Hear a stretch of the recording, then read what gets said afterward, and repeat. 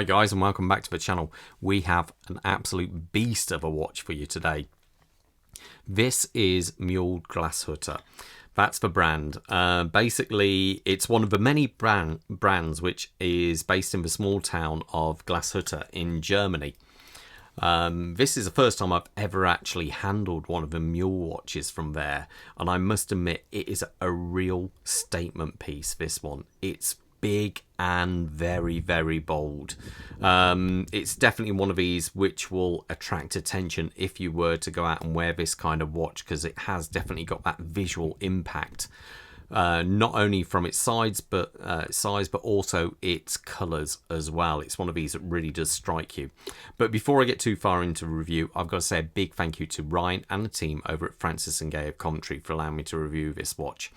They've got tons and tons of stock. As you can tell, new brands, like this one, what seems like every other day. So if you're in the Midlands area, well worth popping in. If you're a little bit further afield, don't worry, I'll leave a link to their website in the description below. So anyway, let's talk sizes first. We're talking 45mm by 16.2mm in thickness. Now the Lug To Log is 53mm, so it's no shrinking violet, this one. It is definitely a bit of a beast, really. Let's check out that dial.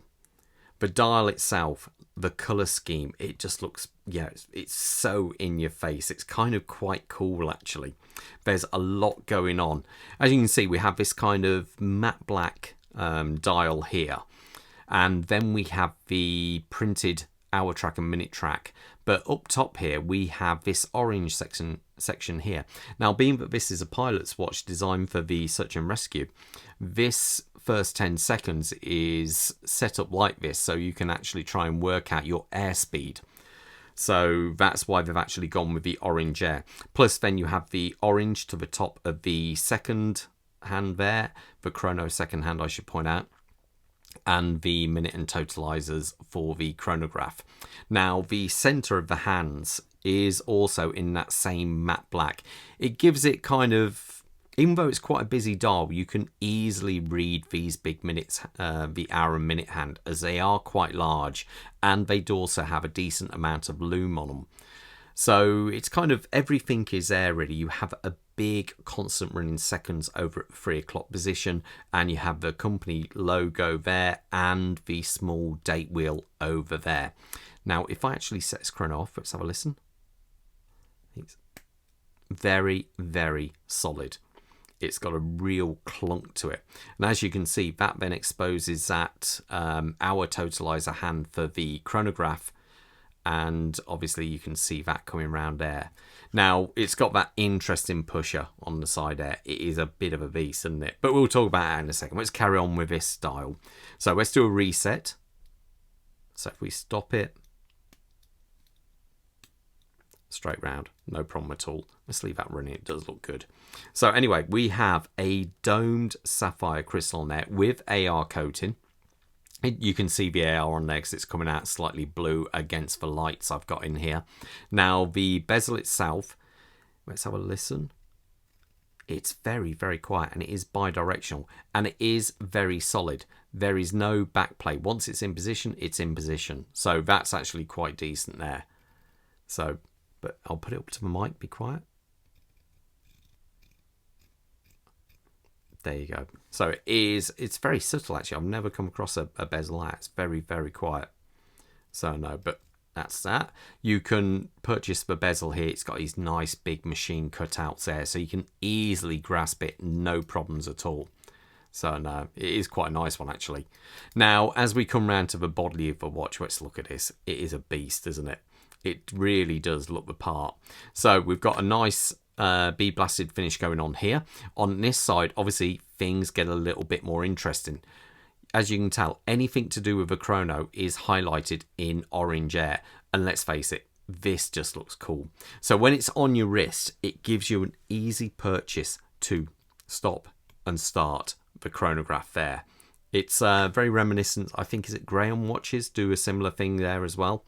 So I must say, though, when you look at this, you can see, because it's obviously been stretched out over its distance, there is a tiny bit of play So you've got it there. But it doesn't really matter because that's it presses no problem at all. You're always going to get that.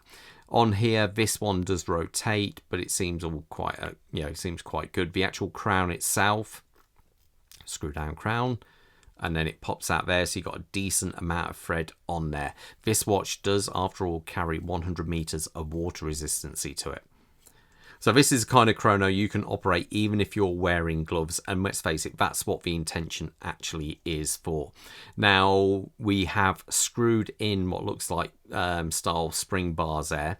Now, well, actually, let's talk about the back of the watch first. As you can see, we have that rather nice looking movement there. Can we get it going? Yep, there you go. So that is what they call the MU9413. Now, they say it's basically a derivative of the ETA 7750 family of movements. 25 joule. Now, I've seen some people which say it's 48 hours of power reserve, but Glashütte, they actually say on their website, 62, so they might have increased the size of the mainspring. I'm not quite sure. It does have a few other little touches which makes it a bit more unique to them. It does have a blue screws for different rotor, and it has their own special arm for regulating the watch. They call it a woodpecker style, so it is quite nice. I did put this on the time grapher. I think it was coming in at +6 or +7, but dead straight. So one of those things, I don't know if when it's on your wrist, you might find it evens itself out. But yeah, it is a very nice looking movement, to be fair.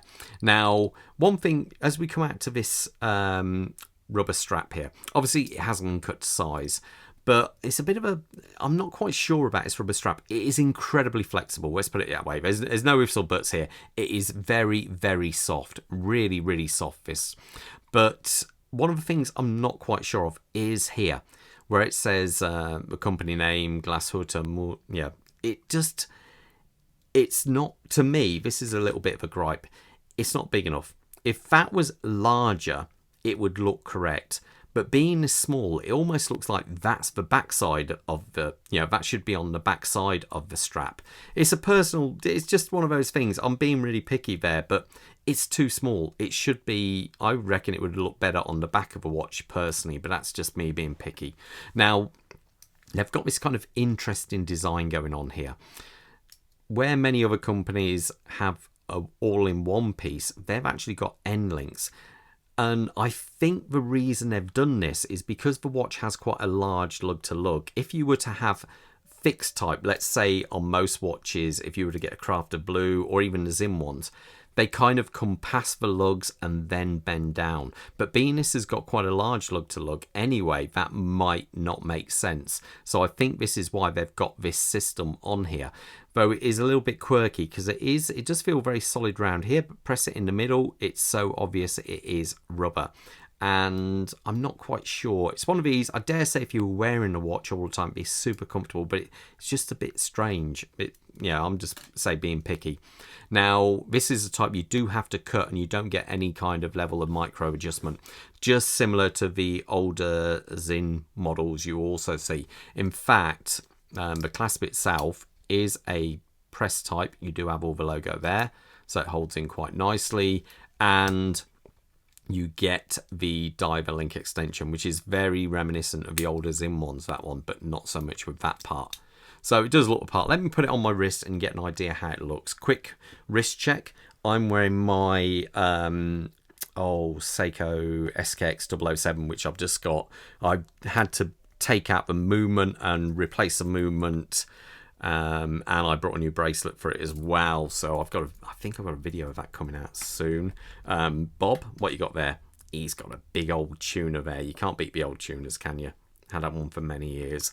So let's put this on. Now, my wrist size is 7¼ inches. Now, being the type of strap this is, I can't cut it, but look at how much size you get there. This thing is absolutely huge. You'd easily be able to go up way past an 8-inch wrist, I'd say, with no problem at all. But actually on my wrist, it doesn't look half bad at all. It doesn't really look its size. It really does hide its dimensions well. There's no getting around. It is a big watch, but I quite like it. I think it does look quite cool on the wrist. Anyway, guys, I'm going to leave you to it. And most importantly, stay safe out there. Bye.